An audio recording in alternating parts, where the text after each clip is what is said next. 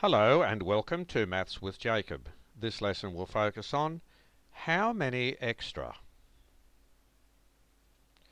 In this lesson, students will be given a certain number of objects. They will then be asked how many extra objects are needed to have a certain number. Let's look at example 1. Bill has 2 apples. He needs 3 apples altogether. How many more apples, or how many more does he need to have a total of 3 apples? One way of presenting this exercise to students is by way of a simple table, similar to the one on the left, just like this one here. So these are the 2 apples that Bill has already. This is very visual, and students find it easy to engage when it is presented in this manner. It is easy to see that 1 more apple is needed. So in other words, Bill needs 1 more apple to have 3 apples altogether.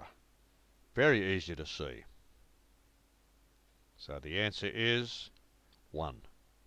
Example 2. Susie has 3 marbles. She needs 5 marbles altogether.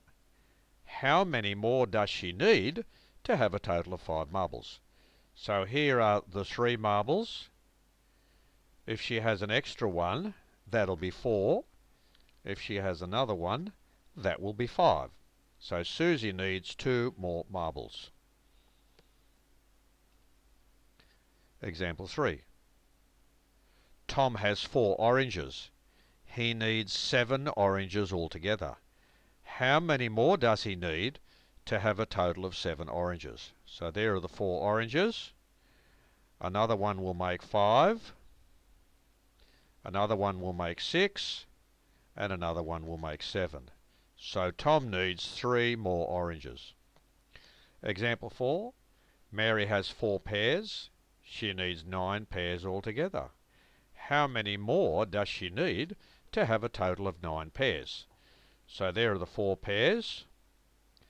Another one would make 5. Another one would make 6. Another one would make 7. Another one would make 8. And another one would make 9. 1, 2, 3, 4, 5. Mary needs 5 more pears.